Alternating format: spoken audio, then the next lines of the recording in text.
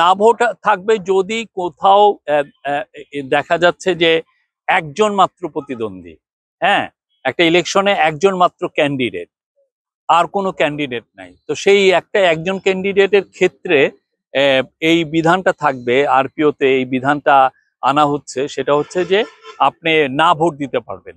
এটা করার মূল কারণ আপনারা জানেন যে 2014 সালের 5ই জানুয়ারির যে ইলেকশনকে সামনে রেখে আওয়ামী লীগের এই যে এইচটি ইমাম সহ আওয়ামী লীগের যারা নেতৃবৃন্দ এমন একটা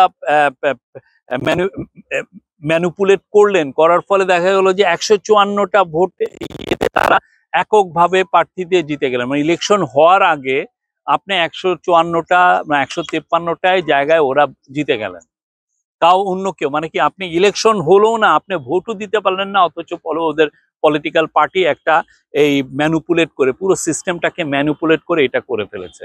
এটার জন্য মূল দায়ী ছিলেন এইচটি ইমাম সহ আওয়ামী লীগের লিডারশিপ।